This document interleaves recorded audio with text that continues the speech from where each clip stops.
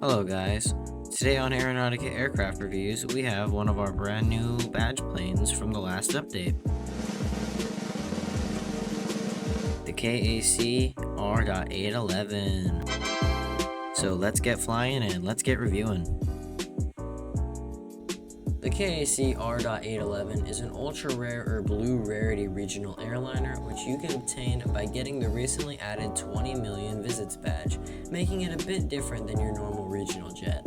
I'm not sure right now if you can still obtain the badge, you might need to check, but as of recording this, it could be unobtainable. The only way to get it without having the badge is through the player market, and right now it can go for anywhere between 1 million all the way up to 3 million WP in some auction buyouts, which makes finding a cheaper one quite difficult right now because of their high demand. It has some pretty average stats, which I'll put up on screen now, and you'll see it being extremely close in comparison to the 717 with average regional jet stats, beating out or matching most in capacity and speed, but usually losing out in range or stall speed by the more modern regional jets like the Embraer E-jets or the Bombardier CRJs. On the average 100 nautical mile job, it can receive a good 5k WP depending on demand and chain multipliers, which is a little more than the other ones mentioned earlier, which usually just get shy of 5000 WP on the same jobs as the KAC. Onto the jet's cosmetics. The plane itself looks extremely nice looking, but this might be my early jet era glazer opinion seeping through, so I know it may not be everyone's cup of tea, but personally I think it's one of Aeronautica's nicest looking jets. It does have a few advanced customization options, but unfortunately none of them change the plane's stats, just the appearance like a little bit in some places.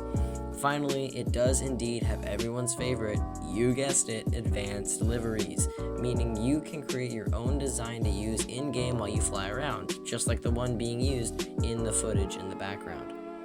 But now that we have all that out of the way, here's the big question: should you buy a KAC R.811? Personally, I think if you're just trying to buy something that you need to grind with or you just want to fly around, the KAC is not a good option.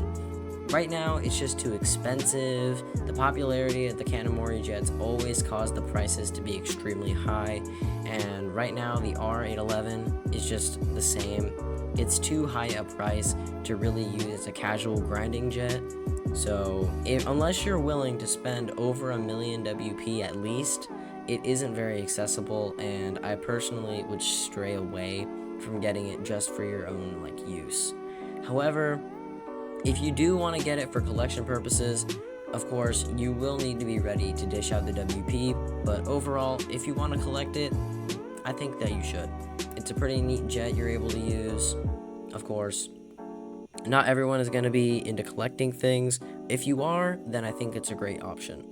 If you were one of the few to get the badge and have the plane right now, I think flying it around is always nice, like I'm doing right now, but of course, you could also sell it for a profit, especially right now, and get a good, easy 1 million WP. And, you can choose either flexing it or you can choose selling it. Both are great options, but in my opinion, it really just depends on your situation. If you want something cheap to fly, definitely not a good option, but if you're willing to dish out the WP for a cool looking jet, then I say go ahead. But now, we finished the review, so let's watch this landing at Oskafloy.